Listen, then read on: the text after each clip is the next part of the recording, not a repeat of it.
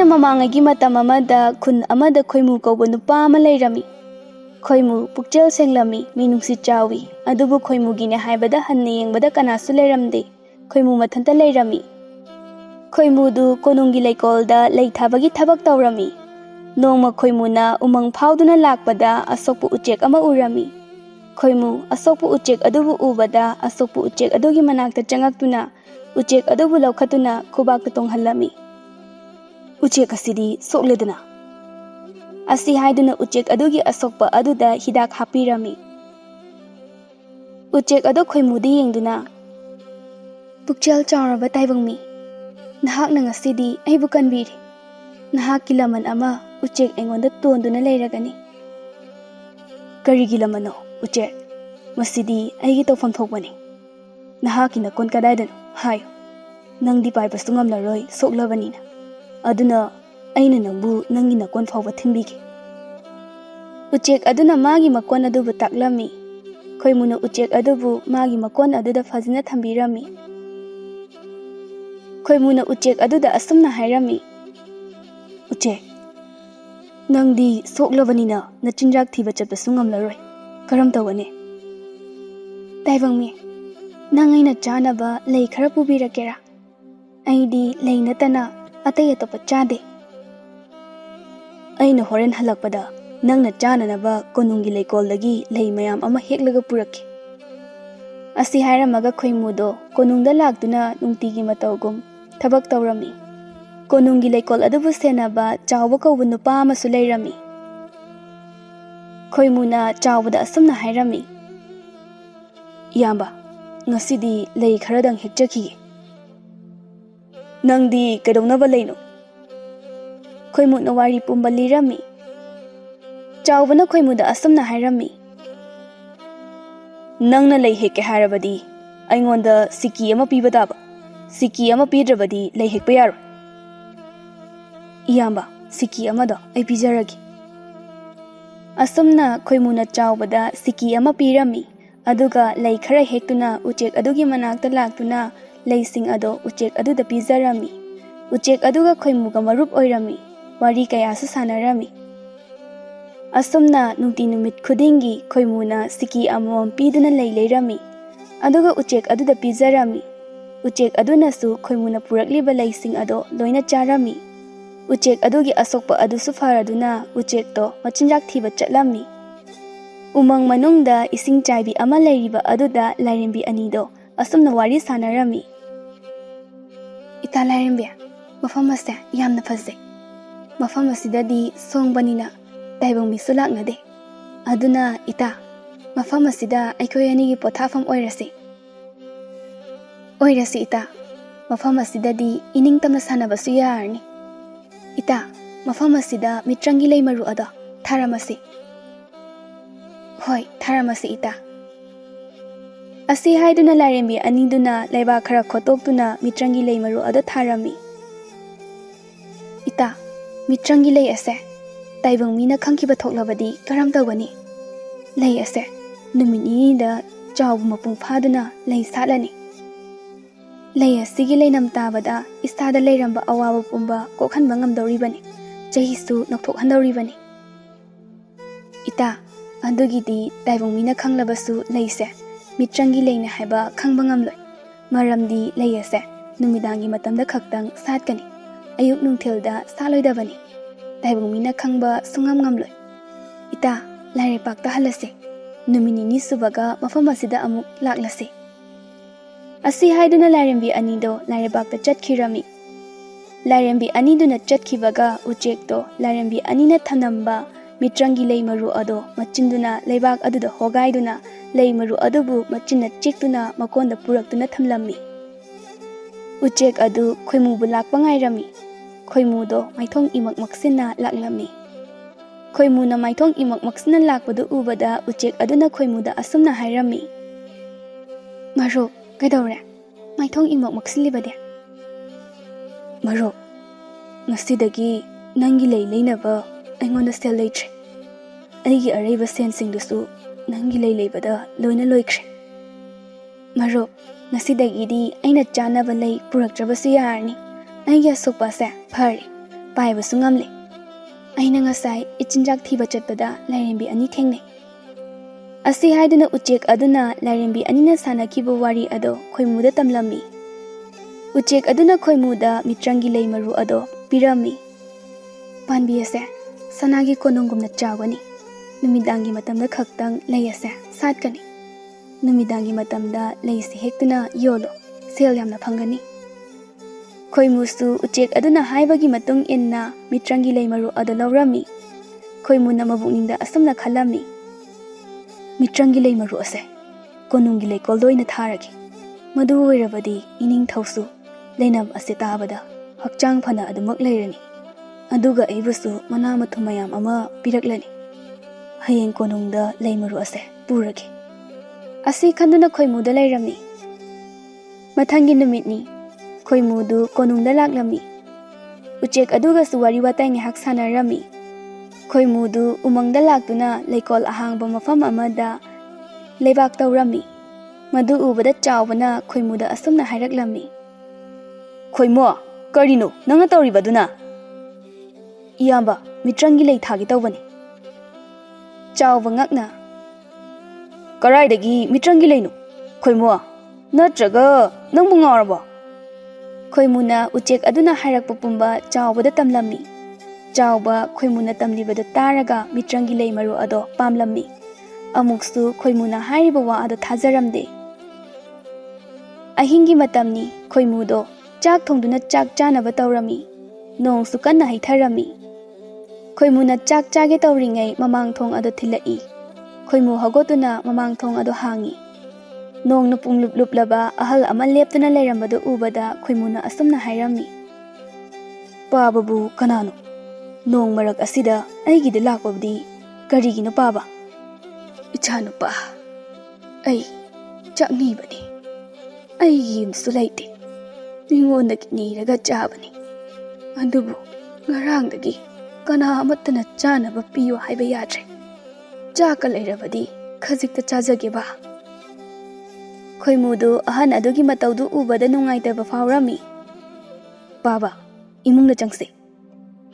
Asi haiduna Khoimuna ahal adubu imungda pusilami. Ahan adugi achotpa firoldo hongdoknaba pi. Baba, firol se oino hongdo. Achotpado seladi baba soidana naba tare. Yare, ichanupa. Ai, achotpa adumak setke. Ai bunu shibiduna. Chanaba khazikta pibiyo. Chak lahambani yadre. Baba, firol akangba se hana hongdoklaga chawo. Khoimuna haiba aduda ahal adusu firoldo hongdoklami. Khoimuna magi chak sarukto ahal aduda pizarami. Ahan adusu chak lambaga Khoimuna habliba chakto loina chathoklami. Ahal ado chak lamba faraduna Khoimudi yengduna asumna hairai. Ichanupa, nangdi chak charabra. Ibadi chak lamba hitman khibana. Ichana hablamba chak ase loina chathokre. Khoimu momon noktuna. Baba na pukthaladi nachasu pukthale. Ado baba, ngasigidi ahing asimadi nachagi yum asida pothaduna leibiru. Ichanupa, yani. Ipa nongse khara hangbaga chatkrege. Baba, nachana haiba ase amukta yabiyu. Ngasigi ahing asimadi nachagi yum asida pothaduna leibiru. Ahan adusu Khoimuna hainba aduda Khoimuna haiba aduda yarami. Khoimuna ahan aduda asumna hanglami. Ado, pabagi icha isu imung manung amata leitrabra. Ahal ado momon noktuna. Aina kallinge, thabak suba nomba ngamlinge matamdadi. Aigi imung manung icha isu mayam ama leirami. Aina thabak suba ngamlaktraba matam asidadi. Icha su isusu. Aigin haibada kana amata leitre. Icha nupana aibu kanadre haiduna yumdagi tanthorakhibani. Baba, chaba chadaba ngasidagi nachagi nakta leirase. Nachana pabagi seba tawjege. Nachagidi imasu pabasu amata leitre. Yum asida leiribase itomtani. Ahan ado Khoimugi wada taraga Khoimuda nungshini yengduna hairai. Ichagi wase ꯑꯣꯟꯊꯣꯛꯅ ꯅꯨꯡꯁꯤꯈ꯭ꯔꯦꯗ꯫ ꯃꯇꯝ ꯑꯁꯤꯗ ꯏꯆꯥꯒꯨꯝꯕ ꯃꯤꯅꯨꯡꯁꯤ ꯆꯥꯎꯕ ꯃꯤꯗꯤ ꯑꯇꯥꯡꯕꯅꯤ꯫ ꯈꯣꯏꯃꯨꯅ ꯍꯥꯏꯃꯟꯕꯗꯒꯤ ꯑꯍꯜ ꯑꯗꯨꯁꯨ ꯌꯥꯔꯝꯃꯤ꯫ ꯈꯣꯏꯃꯨꯅ ꯑꯍꯜ ꯑꯗꯨꯒꯤ ꯂꯩꯐꯝ ꯐꯖꯅ ꯁꯦꯝꯕꯤꯔꯝꯃꯤ꯫ ꯅꯨꯃꯤꯠ ꯑꯁꯤꯗꯒꯤ ꯈꯣꯏꯃꯨꯒ ꯑꯍꯜ ꯑꯗꯨꯒ ꯂꯩꯃꯤꯟꯅꯔꯝꯃꯤ꯫ ꯈꯣꯏꯃꯨꯅ ꯀꯣꯅꯨꯡꯒꯤ ꯂꯩꯀꯣꯜ ꯑꯗꯨꯗ ꯂꯥꯛꯄꯗ ꯃꯥꯅ ꯊꯥꯔꯝꯕ ꯃꯤꯇ꯭ꯔꯪꯒꯤ ꯂꯩ ꯄꯥꯟꯕꯤ ꯑꯗꯣ ꯀꯣꯅꯨꯡꯒꯨꯝꯅ ꯆꯥꯎꯔꯝꯃꯤ꯫ ꯃꯗꯨ ꯎꯕꯗ ꯈꯣꯏꯃꯨꯗꯣ ꯌꯥꯝꯅ ꯍꯔꯥꯎꯔꯝꯃꯤ꯫ ꯆꯥꯎꯕꯁꯨ ꯃꯗꯨ ꯎꯕꯗ ꯌꯥꯝꯅ ꯉꯛꯂꯝꯃꯤ꯫ ꯆꯥꯎꯕ ꯈꯣꯏꯃꯨꯕꯨ ꯅꯤꯡꯊꯧꯒꯤ ꯃꯅꯥ ꯃꯊꯨꯝ ꯐꯪꯈ꯭ꯔꯅꯤ ꯈꯟꯕꯗ ꯄꯥꯈꯠꯄ ꯐꯥꯎꯔꯝꯃꯤ꯫ ꯆꯥꯎꯕ ꯃꯕꯨꯛꯅꯤꯡꯗ ꯀꯔꯤꯒꯨꯝꯕ ꯑꯃ ꯈꯜꯂꯛꯂꯝꯃꯤ꯫ ꯅꯨꯃꯤꯗꯥꯡꯒꯤ ꯃꯇꯝꯅꯤ꯫ ꯃꯤꯇ꯭ꯔꯪꯒꯤ ꯂꯩ ꯄꯥꯟꯕꯤ ꯑꯗꯨꯗ ꯐꯖꯔꯕ ꯑꯉꯥꯡꯕ ꯃꯆꯨꯒꯤ ꯂꯩ ꯁꯥꯠꯂꯝꯃꯤ꯫ ꯃꯅꯝꯁꯨ ꯌꯥꯝꯅ ꯅꯨꯡꯁꯤꯔꯝꯃꯤ꯫ ꯂꯩꯒꯤ ꯃꯅꯝꯗꯣ ꯇꯥꯕꯗ ꯈꯣꯏꯃꯨꯗꯣ ꯃꯁꯥꯗ ꯂꯩꯔꯝꯕ ꯑꯋꯥꯕ ꯄꯨꯝꯕ ꯃꯥꯡꯈꯤ꯫ ꯈꯣꯏꯃꯨ ꯂꯩ ꯑꯗꯨ ꯌꯣꯟꯅꯕ ꯍꯥꯏꯗꯨꯅ ꯂꯩ ꯄꯣꯂꯥꯡ ꯑꯃ ꯍꯦꯛꯂꯝꯃꯤ꯫ ꯆꯥꯎꯕꯗꯨ ꯂꯥꯟꯃꯤ ꯈꯔꯒ ꯈꯣꯏꯃꯨꯒꯤ ꯃꯅꯥꯛꯇ ꯂꯥꯛꯂꯝꯃꯤ꯫ "ꯀꯣꯅꯨꯡ ꯑꯁꯤꯗꯒꯤ ꯂꯩ ꯇꯣꯏꯅ ꯃꯥꯡꯂꯤꯕꯁꯤꯗꯤ ꯅꯪꯅ ꯍꯨꯔꯥꯟꯕ ꯑꯣꯏꯔꯦ꯫ ꯍꯥꯏ ꯂꯥꯟꯃꯤꯁꯥ, ꯅꯨꯄꯥ ꯑꯁꯤ ꯐꯨꯍꯩ!" ꯂꯥꯟꯃꯤꯁꯤꯡ ꯑꯗꯨꯅ ꯈꯣꯏꯃꯨꯕꯨ ꯐꯨꯔꯝꯃꯤ꯫ "ꯂꯥꯟꯃꯤꯁꯥ, ꯂꯦꯞꯄꯣ ꯌꯥꯔꯦ꯫ ꯈꯣꯏꯃꯨ, ꯅꯪ ꯍꯌꯦꯡꯗꯒꯤ ꯀꯣꯅꯨꯡ ꯑꯁꯤꯗ ꯂꯥꯛꯄ ꯑꯃꯨꯛ ꯍꯟꯅ ꯌꯥꯔꯔꯣꯏ." "ꯏꯌꯥꯝꯕ, ꯀꯔꯤꯅꯣ ꯍꯥꯏꯕꯤꯔꯤꯗꯨꯕꯣ? ꯂꯩ ꯑꯁꯤꯗꯤ ꯑꯩꯅ ꯊꯥꯕꯅꯤ." "ꯍꯥꯏ ꯆꯤꯟꯊꯤꯕ! ꯑꯩꯅ ꯊꯥꯕ ꯂꯩ ꯑꯁꯤꯕꯨ ꯃꯥꯅ ꯊꯥꯕ ꯂꯩꯅꯤ ꯀꯥꯏꯅꯒꯁꯨ ꯍꯥꯏꯖꯕ ꯁꯥꯔꯤꯅꯦ꯫ ꯂꯥꯟꯃꯤꯁꯥ, ꯃꯁꯤꯒꯤ ꯆꯤꯟꯊꯤꯕ ꯅꯨꯄꯥ ꯑꯁꯦ ꯀꯣꯅꯨꯡ ꯑꯁꯤꯗꯒꯤ ꯊꯨꯅ ꯇꯥꯟꯊꯣꯛꯈ꯭ꯔꯣ." ꯆꯥꯎꯕꯒꯤ ꯋꯥꯗꯣ ꯇꯥꯕꯗ ꯂꯥꯟꯃꯤꯁꯤꯡ ꯑꯗꯨꯅ ꯈꯣꯏꯃꯨꯕꯨ ꯄꯨꯊꯣꯛꯈꯤꯔꯝꯃꯤ꯫ ꯈꯣꯏꯃꯨꯅ ꯍꯦꯛꯂꯝꯕ ꯂꯩ ꯄꯣꯂꯥꯡ ꯑꯗꯣ ꯄꯨꯗꯨꯅ ꯅꯤꯡꯊꯧꯒꯤ ꯃꯅꯥꯛꯇ ꯂꯥꯛꯂꯝꯃꯤ꯫ ꯅꯤꯡꯊꯧꯗꯣ ꯃꯀꯣꯛ ꯌꯥꯝꯅ ꯁꯥꯗꯨꯅ ꯂꯩꯔꯝꯃꯤ꯫ ꯆꯥꯎꯕ ꯆꯪꯉꯛꯄ ꯑꯗꯨꯗ ꯂꯩ ꯃꯅꯝ ꯅꯨꯡꯁꯤꯕ ꯑꯃ ꯅꯝꯂꯝꯃꯤ꯫ ꯅꯤꯡꯊꯧꯅ "ꯀꯔꯥꯏꯗꯒꯤ ꯂꯩꯅꯝꯅꯣ? ꯑꯁꯨꯛ ꯅꯨꯡꯁꯤꯕ ꯂꯩꯅꯝ ꯑꯁꯤꯕꯣ?" ꯆꯥꯎꯕꯅ "ꯏꯅꯤꯡꯊꯧ, ꯅꯅꯥꯏ ꯑꯩꯅ ꯏꯅꯤꯡꯊꯧꯒꯤꯅꯤ ꯍꯥꯏꯅ ꯃꯤꯇ꯭ꯔꯪꯒꯤ ꯂꯩ ꯄꯨꯔꯛꯂꯤꯌꯦ꯫ ꯃꯤꯇ꯭ꯔꯪꯒꯤ ꯂꯩ ꯑꯁꯤꯕꯨ ꯃꯅꯝ ꯍꯦꯛ ꯅꯝꯕꯗ ꯏꯅꯤꯡꯊꯧꯒꯤ ꯏꯁꯥꯗ ꯂꯩꯔꯝꯕ ꯑꯋꯥꯕ ꯅꯨꯡꯉꯥꯏꯇꯕ ꯄꯨꯝꯕ ꯃꯥꯡꯈꯤꯗꯧꯔꯤꯕꯅꯤ." ꯅꯤꯡꯊꯧꯗꯨ ꯆꯥꯎꯕꯒꯤ ꯋꯥꯗ ꯇꯥꯕꯗ ꯊꯥꯗꯤ ꯊꯥꯖꯔꯝꯗꯦ꯫ "ꯀꯔꯥꯏ ꯃꯤꯇ꯭ꯔꯪꯒꯤ ꯂꯩ ꯑꯗꯣ ꯑꯩꯉꯣꯟꯗ ꯄꯤꯔꯛꯎ, ꯃꯅꯝ ꯑꯃꯨꯛꯇ ꯅꯝꯒꯦ." ꯆꯥꯎꯕꯅ ꯃꯤꯇ꯭ꯔꯪꯒꯤ ꯂꯩ ꯑꯗꯣ ꯅꯤꯡꯊꯧꯗ ꯄꯤꯔꯝꯃꯤ꯫ ꯅꯤꯡꯊꯧ ꯂꯩ ꯑꯗꯨꯕు ꯃꯅꯝ ꯅꯝꯂꯝꯃꯤ꯫ ꯂꯩ ꯑꯗꯨꯒꯤ ꯃꯅꯝ ꯑꯗꯨꯗ ꯅꯤꯡꯊꯧꯒꯤ ꯃꯁꯥꯗ ꯂꯩꯔꯝꯕ ꯑꯋꯥꯕ ꯅꯨꯡꯉꯥꯏꯇꯕ ꯄꯨꯝꯅꯃꯛ ꯀꯣꯛꯂꯝꯃꯤ꯫ ꯃꯥꯏꯊꯣꯡꯗ ꯃꯣꯃꯣꯟ ꯅꯣꯛꯇꯨꯅ ꯅꯤꯡꯊꯧꯅ ꯍꯥꯏꯔꯛꯂꯝꯃꯤ꯫ "ꯑꯆꯨꯝꯕꯅꯤ, ꯃꯁꯤꯒꯤ ꯂꯩꯅꯝ ꯑꯁꯤ ꯇꯥꯕꯗ ꯏꯁꯥꯗ ꯂꯩꯔꯝꯕ ꯑꯅꯥꯕ ꯄꯨꯝꯕ ꯀꯣꯛꯈꯤꯕꯒꯨꯝ ꯇꯧꯏ꯫ ꯑꯗꯨꯒ ꯋꯥꯈꯜ ꯑꯁꯤꯁꯨ ꯌꯥꯝꯅ ꯌꯥꯡꯏ꯫ ꯃꯤꯇ꯭ꯔꯪꯒꯤ ꯂꯩ ꯄꯥꯟꯕꯤ ꯑꯁꯦ ꯅꯪꯅ ꯀꯗꯥꯏꯗꯒꯤ ꯂꯧꯔꯨꯕꯅꯣ ꯍꯥꯏꯌꯨ ꯆꯥꯎꯕ." "ꯏꯅꯤꯡꯊꯧ, ꯅꯣꯡꯃ ꯂꯥꯏꯔꯦꯝꯕꯤ ꯑꯅꯤꯅ ꯑꯩꯉꯣꯟꯗ ꯄꯤꯕꯤꯔꯝꯕꯅꯤ꯫ ꯑꯩꯅ ꯀꯣꯅꯨꯡꯒꯤ ꯂꯩꯀꯣꯜꯗ ꯄꯨꯔꯛꯇꯨꯅ ꯑꯇꯥꯡꯕ ꯂꯩ ꯑꯁꯤꯕꯨ ꯊꯥꯖꯕꯅꯤ꯫ ꯑꯩ ꯂꯩ ꯑꯁꯤꯒꯤ ꯄꯥꯟꯕꯤꯕꯨ ꯌꯦꯡꯕ ꯄꯥꯝꯃꯤ꯫ ꯍꯧꯖꯤꯛꯃꯛ ꯂꯩꯀꯣꯜꯗ ꯆꯠꯇꯨꯅ ꯂꯩ ꯑꯁꯤꯒꯤ ꯄꯥꯟꯕꯤ ꯑꯗꯣ ꯌꯦꯡꯂꯨꯁꯤ." ꯑꯁꯤ ꯍꯥꯏꯗꯨꯅ ꯆꯥꯎꯕꯅ ꯅꯤꯡꯊꯧꯕꯨ ꯃꯤꯇ꯭ꯔꯪꯒꯤ ꯂꯩ ꯑꯗꯨꯒꯤ ꯃꯅꯥꯛꯇ ꯄꯨꯔꯛꯂꯝꯃꯤ꯫ ꯂꯩ ꯄꯥꯟꯕꯤ ꯑꯗꯨꯕꯨ ꯎꯕꯗ "ꯑꯁꯨꯛ ꯐꯖꯕ ꯂꯩ ꯄꯥꯟꯕꯤ ꯑꯁꯤꯗꯤ ꯑꯩꯗꯤ ꯑꯃꯨꯛꯇꯁꯨ ꯎꯈꯤꯗ꯭ꯔꯦ꯫ ꯂꯩ ꯄꯥꯟꯕꯤ ꯑꯁꯤꯗ ꯄꯥꯜꯂꯤꯕ ꯑꯉꯥꯡꯕ ꯃꯆꯨꯒꯤ ꯂꯩ ꯃꯌꯥꯝ ꯑꯁꯦ ꯀꯌꯥꯗ ꯐꯖꯔꯤꯕ." ꯅꯤꯡꯊꯧ ꯆꯥꯎꯕꯗ ꯌꯦꯡꯗꯨꯅ "ꯆꯥꯎꯕ, ꯅꯨꯡꯇꯤꯒꯤ ꯂꯩꯁꯦ ꯅꯪꯅ ꯑꯩꯒꯤ ꯅꯥꯛꯇ ꯍꯦꯛꯇꯨꯅ ꯅꯨꯡꯇꯤꯒꯤ ꯄꯨꯔꯛꯀꯗꯕꯅꯤ꯫ ꯑꯩꯅ ꯅꯨꯃꯤꯠ ꯈꯨꯗꯤꯡꯒꯤ ꯅꯪꯉꯣꯟꯗ ꯁꯅꯥꯒꯤ ꯁꯦꯟꯌꯦꯛ 5 ꯄꯤꯒꯅꯤ." ꯅꯤꯡꯊꯧꯒꯤ ꯋꯥꯗꯣ ꯇꯥꯕꯗ ꯆꯥꯎꯕꯗꯣ ꯍꯔꯥꯎꯕꯅ ꯂꯣꯏꯔꯦ꯫ ꯆꯥꯎꯕꯅ ꯅꯤꯡꯊꯧꯗ ꯑꯁꯨꯝꯅ ꯍꯥꯏꯔꯝꯃꯤ꯫ "ꯏꯅꯤꯡꯊꯧ, ꯂꯩ ꯑꯁꯦ ꯑꯌꯨꯛ ꯅꯨꯡꯊꯤꯜꯗꯗꯤ ꯁꯥꯠꯇꯦ, ꯅꯨꯃꯤꯗꯥꯡꯒꯤ ꯃꯇꯝꯗ ꯈꯛꯇꯪ ꯁꯥꯠꯂꯤ꯫ ꯑꯗꯨ ꯑꯣꯏꯔꯕꯗꯤ ꯂꯩ ꯑꯁꯦ ꯍꯦꯛ ꯁꯥꯠꯄꯒ ꯍꯦꯛꯇꯨꯅ ꯑꯩꯒꯤ ꯅꯥꯛꯇ ꯄꯨꯔꯛꯀꯗꯕꯅꯤ." "ꯐꯅꯤ ꯏꯅꯤꯡꯊꯧ, ꯅꯅꯥꯏ ꯑꯩ ꯄꯨꯖꯔꯛꯀꯦ." ꯅꯤꯡꯊꯧꯅ ꯆꯥꯎꯕꯗ ꯁꯅꯥꯒꯤ ꯁꯦꯟꯌꯦꯛ 5 ꯄꯤꯔꯝꯃꯤ꯫ ꯆꯥꯎꯕꯗꯣ ꯍꯧꯖꯤꯛꯇꯤ ꯁꯦꯜ ꯌꯥꯝꯅ ꯄꯥꯏꯕ ꯃꯤ ꯑꯃ ꯑꯣꯏꯔꯛꯂꯝꯃꯤ꯫ ꯅꯣꯡꯃꯗꯤ ꯂꯥꯏꯔꯦꯝꯕꯤ ꯑꯅꯤꯗꯨꯅ ꯂꯩ ꯑꯗꯨꯒꯤ ꯈꯣꯡꯒꯨꯜ ꯂꯤꯔꯛꯂꯝꯃꯤ꯫ ꯑꯁꯨꯝ ꯂꯤꯔꯛꯄꯗ ꯀꯣꯅꯨꯡ ꯃꯅꯨꯡꯗ ꯃꯤꯇ꯭ꯔꯪꯒꯤ ꯂꯩ ꯑꯗꯨꯅ ꯁꯥꯠꯇꯨꯅ ꯂꯩꯔꯤꯕ ꯑꯗꯣ ꯃꯈꯣꯏ ꯑꯅꯤꯅ ꯎꯔꯝꯃꯤ꯫ ꯃꯈꯣꯏ ꯑꯅꯤꯗꯨ ꯂꯩ ꯑꯗꯨꯒꯤ ꯃꯅꯥꯛ ꯑꯗꯨꯗ ꯂꯦꯞꯇꯨꯅ ꯑꯁꯨꯝꯅ ꯍꯥꯏꯅꯔꯝꯃꯤ꯫ "ꯑꯩꯈꯣꯏꯒꯤ ꯃꯤꯇ꯭ꯔꯪꯒꯤ ꯂꯩ ꯑꯁꯦ ꯀꯣꯅꯨꯡ ꯑꯁꯤꯗ ꯍꯧꯗꯨꯅ ꯂꯩꯔꯦ꯫ ꯑꯩꯈꯣꯏ ꯑꯅꯤꯅ ꯅꯨꯃꯤꯠ ꯑꯗꯨꯗ ꯃꯤꯇ꯭ꯔꯪꯒꯤ ꯂꯩ ꯃꯔꯨ ꯑꯁꯤꯕꯨ ꯂꯩꯅꯨꯡꯗ ꯐꯨꯝꯕꯗꯣ ꯇꯥꯏꯕꯪ ꯃꯤꯅ ꯁꯣꯏꯗꯅ ꯎꯔꯝꯂꯒꯅꯤ꯫ ꯃꯤꯇ꯭ꯔꯪꯒꯤ ꯂꯩ ꯃꯔꯨ ꯑꯗꯨꯕꯨ ꯍꯨꯔꯥꯜꯂꯤꯕ ꯃꯤꯁꯛꯇꯣ ꯈꯪꯗꯣꯛꯂꯒ ꯆꯩꯔꯥꯛ ꯄꯤꯒꯗꯕꯅꯤ꯫ ꯑꯗꯨꯗ ꯃꯤꯇ꯭ꯔꯪꯒꯤ ꯂꯩ ꯃꯔꯨ ꯑꯗꯨꯕꯨ ꯍꯨꯔꯥꯜꯂꯤꯕ ꯃꯤꯁꯛ ꯑꯗꯣ ꯑꯩꯈꯣꯏꯅ ꯀꯃꯥꯏꯅ ꯈꯪꯒꯅꯤ? ꯍꯣꯔꯦꯟ ꯑꯍꯤꯡ ꯑꯊꯦꯡꯕꯗ मित्रंगी लई हुरालिबा मिसक्तो लई हेकपा सोइदना लाकनी नुमित ताबगा अखोय अनि मफम असिदा लाक्लसी असी हाइना दुना लाइरेंबी अनिदो चटखिरमी ngasi konungdo irang langami konungda langliba adugi maramdi matam kuina atopa lebakta mahitam duna leirubi Rajkumari Sananu do mahitam baloraduna konungda halaklami Rajkumari halakpagi konungda harawu phongdoklami Rajkumari Sananu na mapaning thaudi yengduna ipaning thaudi hanadagi haujikna hena naha oithoklami ningthau noklaga Ipabu naha oithoe haiba oithoklammi ipaning thau mapa machadu kuina unarudabagi wari kaya ama sanarami chawbodo ngasidi numit hek changkhibaga mitrangi lei ado heklammi chawbana lei ado hektuna chatkhibaga Lairembi anido mitrangi lei adugi manakta laklammi Rajkumari Sananu do magi kagi thongnawda hangdoktuna leiringai lei manam nungsiba ama namlaklammi Rajkumari Sananu na khalli leinam asidi onthokna nungsikreda kadai dagi lakliba leinam no leinam se konungi leikol dagi lakba leinam soidana oigani leikol da chatuna nushiraba leinam asigi leido amukti yenglugi asi khanduna Rajkumari do konungi leikol da laklammi mitrangi lei adubu ubada Rajkumari gi maithong do momonoklammi Rajkumari na mabukningda asumna khalli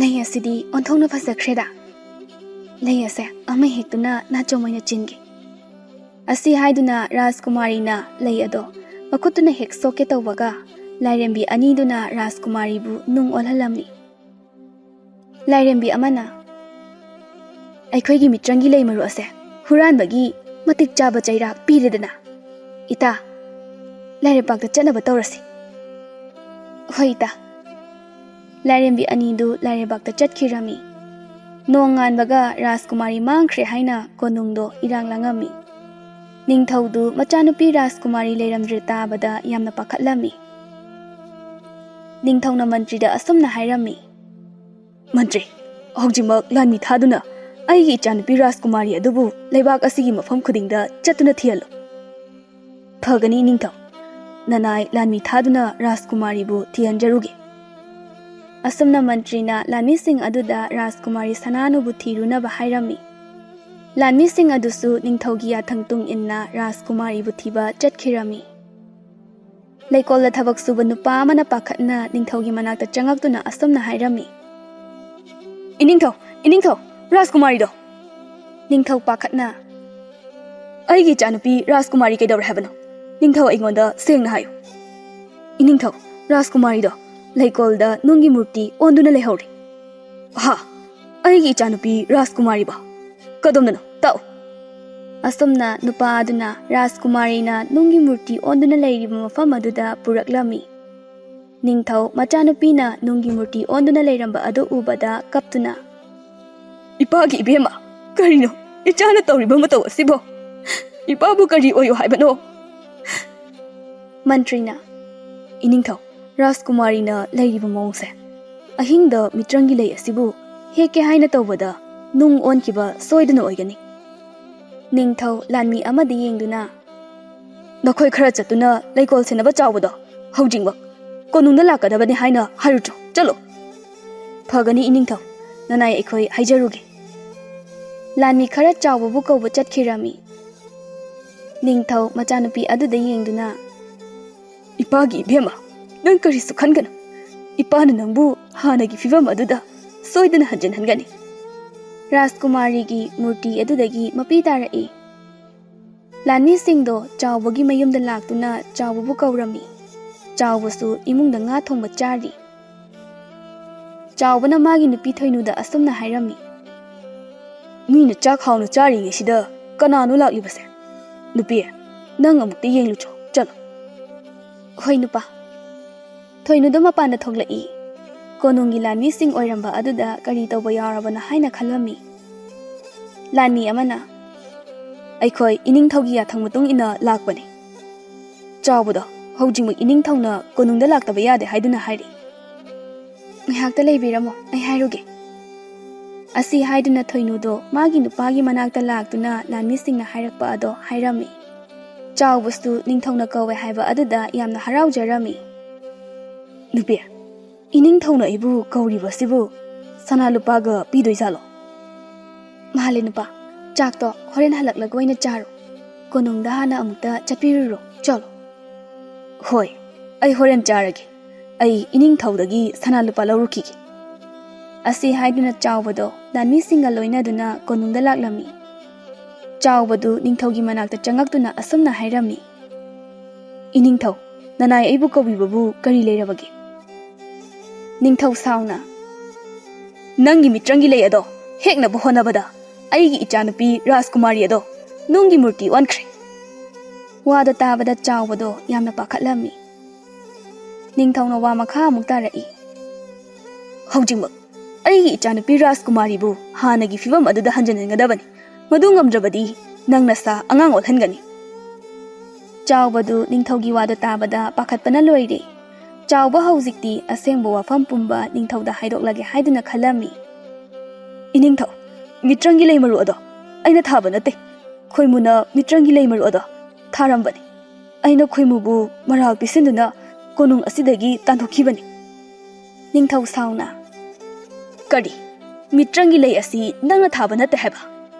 Aduga karigi nangna Lairembina pirakpana haina hariba. Ningthaw aingonda oidaba ngangbagi nahak ahakpa chairak pigani. Nakhoi kana lei. Haujima khoimugi yumda chatuna khoimubu kaurjo. Phagani ningthaw nanai aikhoi kaujaruge. Asi haiduna lanmisingdo khoimugi yumda laktuna khoimuda ningthawna mabu kawe haiduna hairami. Khoimusu lanmising aduga loinana konungda laklami. Konung yawbaga khoimudu ningthaw uba aduda makok ado nonthaduna khurumjarami. Iningthawna nanai aibu kawibabu iningthawgi kari naya thangleibage. Ningthawna Khoimu, nangna leikol asida mitrangi lei tharame haibase achumbra. Achumbane iningthaw. Adudi aigi ichanupi Rajkumari na nungi murti olibase karidagina hayo. Iningthaw, madumadi nanai khangjade. Nangna puraklaga karigi khangdriba. Hapta asigi manungda nangna aigi ichanupibu hanagi fibam aduda amuk hanjinhanba ngamdraba. Nangbu sibagi cherak pigani. Khoimudu uchek adugi manakta laktuna ningthawna hairakpasingdo uchek aduda ningthawna hairakpasing ado hairami. Ucheka khoimugado Lairembi anina leiriba ising chaibi adugi manakta laklami. Lairembi anido ising chaibi aduda sanaduna leirami. Uchektuna Lairembi anidubu kaurami. Lairembi anidu ucheka khoimugagi manakta changaktuna asumna hairaklami. Nakhoi mafam asida kari tawba laklibano hayo. Sakhenbi Lairembi. Nakhoigi mitrangi leimaru ado aina lobani.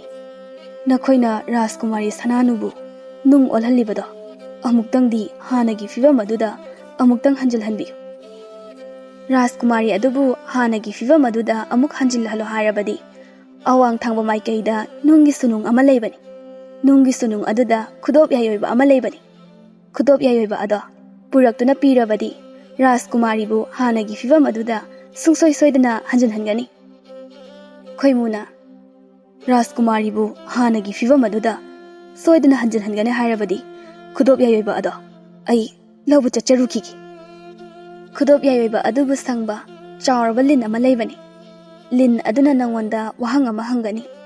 Lin adugi wahang adugi pakhum chumna piba ngamlabadi khudop yayoiba ado lawba yagani. Aduga nangna lin adugi pakhum ado onana piba thoklabadi lin aduna nangbu chiktuna hatkani. Thawai tharabasu Rajkumari sananubu kannaba laibak yenglurage. Khoimugi mathawna leiba ado ubada Lairembi irikto khoimubu nusiba phawraklami. Khoimuga uchekadu Lairembi anina haiba nungi surung aduda chatkhirami. Lairembi irikna Lairembi nureida asumna hairaklami. Ita nurei, aidi nupa asigi thawna phabasi ubada aidi nupa asibu nusiba phawrakle ita. Ita karina nangna hariba aduba mahakti taibongmini. Aduga aikhoina Lairipakdagi lakpa Lairembini. Lairembi aikhoiga taibongmiyoiga khak leiminaba yaroi. Taibongmiga lai aikhoiga longna leinabagi wari kaya ama ita Nangsu khanglaba natra? Ita, ai khangi. Adu oirabasu ai pumnamak mayoknaba ngamgani. Ita, nangi firepto thumale. Muna wakhal khalu ita. Ita, ai khanba yaba khalabani. Magi chamjaraba mataw asida ai mabu thamoi sengna nushiruri ita. Lairembi anido wari sanarami. Khoimuga ucheka asum lakpana Lairembi na hairakpa nungi surung ado yawraklami. Khoimuna uchek aduda asumna hairami. Marup, nahak mafam asida aibu ngaiduna leiramu. Asi hairamaga khoimudo nungi surung manung aduda changlai. Surung manung aduda chawraba lin amana khoimugi lambi thatlami. Lin aduna khoimuda asumna hairami. Nahak mafam asida karigidamak laklibano. Aihak mafam asida khudop yayoiba lawba lakpani. Khudop yayoiba lawba lakpani haiba. Adu oirabadi aina nongwanda wahang ama hangi. Aigi wahang asigi pakom chumna piba ngamlabadi nangna pamliba khudop yayoiba ado aina sungsoi soidana pigani. Kari wahangno hangbiru. Achumba pakom piba ngambra yengjaki. Linna hairai. Mitna ubadi ngamba. Sokpa thengba yadaba karino. Khoimu ngayak wakhal khaladuna hairai. Mamini. Urabasu sokpa thengbadi yade. Nangna achumba pakhum pirabanina. Haujikti khudop yayoiba ase nangi oiri. Asi haiduna lin aduna khudopto khoimuda pirami. Khoimu khudop adubu puduna sunung manungdagi thoglai. Uchek adusu magi marupna tholakpadu ubada haraujarami. Magi marupki manakta pasilakami. Marup, khudop yayoiba ado puraklabra. Purakle marup. Lairembi anigi manakta chalaslao.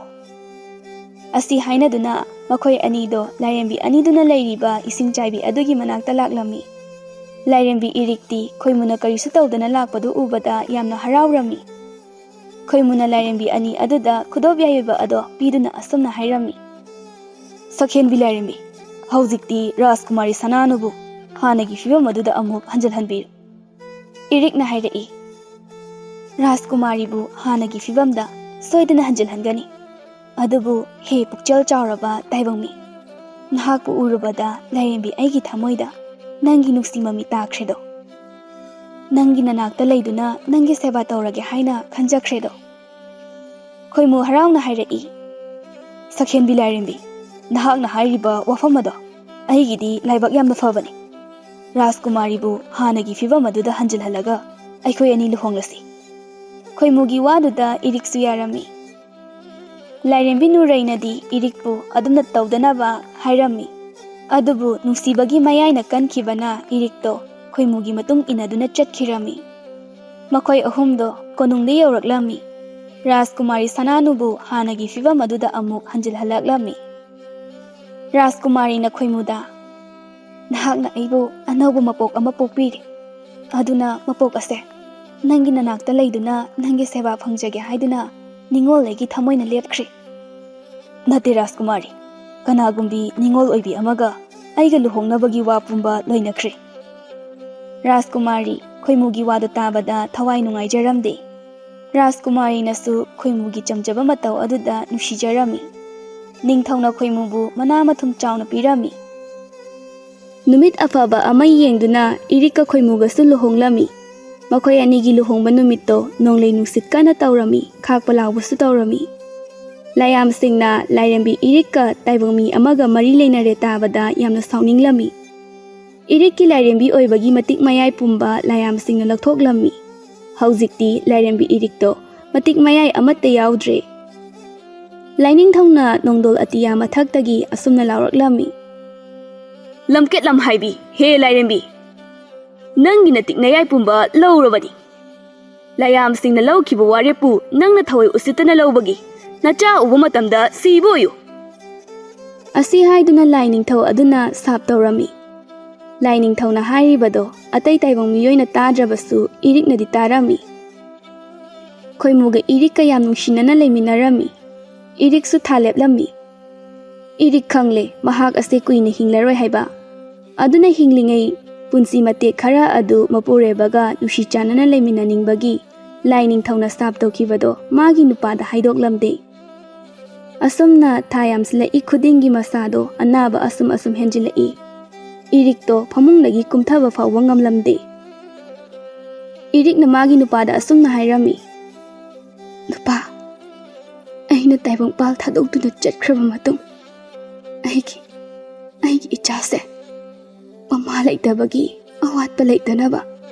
Rajkumari Sananuga luhongukwa.